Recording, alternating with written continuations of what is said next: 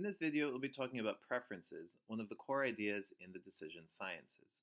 We'll be contrasting the classical view of preferences from economics with more recent behavioral or psychological approaches. The idea of a preference is very straightforward. It just means that we put options in order of how much we like them and choose according to that order. So, if you have a choice between an apple and an orange, and you choose an apple, that just means you prefer the apple. The classical view says that preferences are revealed. In other words, inside our minds there's a big list which says how much we prefer each thing to each other thing, and when we make a decision, we're just revealing that underlying pre-existing preference. So, not only can we compare apples with oranges, but we can compare oranges to bananas, oranges to Doritos, oranges to chocolate bars, and so on. But actually, this is a more radical view than it might seem at first. It also means that we can compare, for example, apples to paper clips, which might be a comparison we aren't used to making. Nonetheless, on the classical view, you have a pre-existing preference between these two things. We can even compare apples to great literature, such as Charles Dickens' novel Bleak House. I once thought I preferred Dickens to apples, but after giving Bleak House a very sporting try, I now think I might actually prefer the apples. Just as a parenthetical point, I want to be fair to the classical view. It doesn't say this has to be the same at all times. Certain kinds of factors are understood to influence preferences. For example, if you've already had 10 apples today, it's understood that having another apple would have lower value than having something different, like maybe that copy of Bleak House. This is because we experience diminishing marginal utility of consumption. However, the classical view does say that your preferences should be invariant to many other kinds of factors. So, how we ask you the question about apples versus oranges, for example, giving you a choice versus asking you how much you'd be willing to pay for each item, that shouldn't influence your preferences. If you choose apples over oranges, you should also say you're willing to pay more for apples rather than oranges. The surrounding context shouldn't matter either. It shouldn't matter whether you are choosing between apples and oranges at a fruit stand or at a supermarket, and it shouldn't matter whether there are bananas or spinach next door. And it shouldn't be important how we describe these options. If you can fit 4 apples in a 1-pound bag and 5 oranges in a 1-pound bag, it shouldn't matter whether I describe the bags in terms of weight or in terms of the number of pieces of fruit. If you prefer 1 pound of apples over 1 pound of oranges, then you should also prefer a bag of 4 apples to a bag of 5 oranges. Finally, the classical view assumes that preferences are transitive. If you prefer apples to oranges and oranges to bananas, then you should also prefer apples to bananas.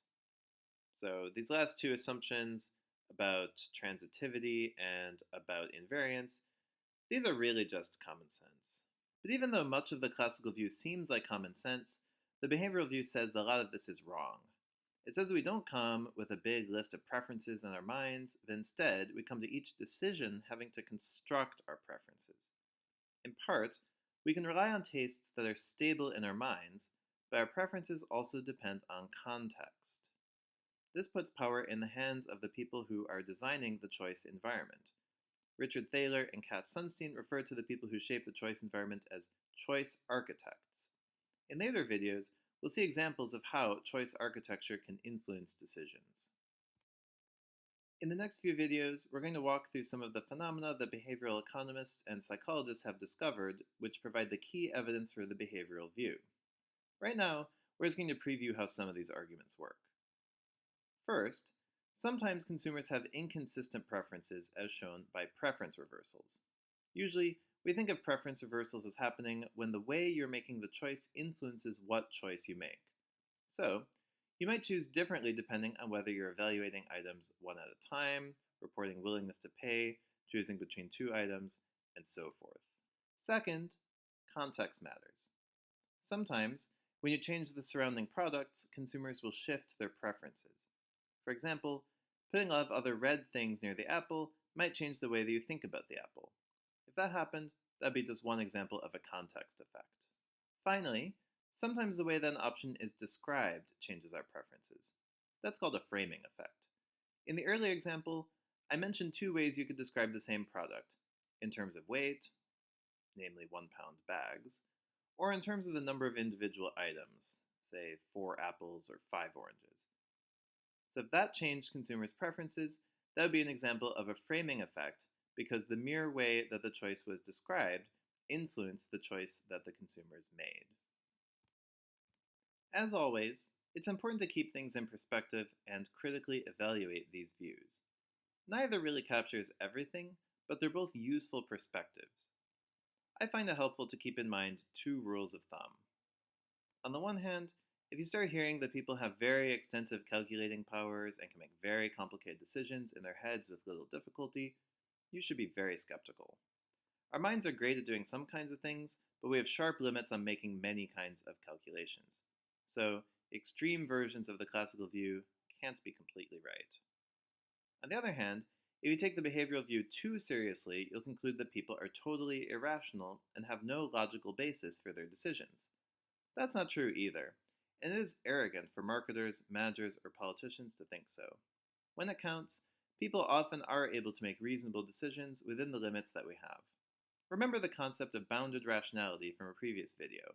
We don't have infinite calculating power, but we do the best we can with what we have. Overall, it's safe to say that people have tastes and personality traits that are somewhat consistent over time. If you like apples and hate oranges today, it's not like you're going to wander into the supermarket tomorrow and randomly buy a bunch of oranges while ignoring those apples. Another point in favor of the classical view is transitivity. Back in the 1960s, there was some research suggesting that people often made intransitive choices, for example, preferring apples to oranges and oranges to bananas, but then going around and preferring bananas to apples. But more recent research with better methods has shown that actually, while such choices are not unheard of, they're actually quite rare. Still, the key insight of the behavioral view does stand. We don't have a big list ranking our preferences for every possible thing in our heads. Our heads aren't big enough. Instead, we do often have to construct our preferences on the fly, and this can sometimes lead to mistakes of the sort we'll be discussing in future videos.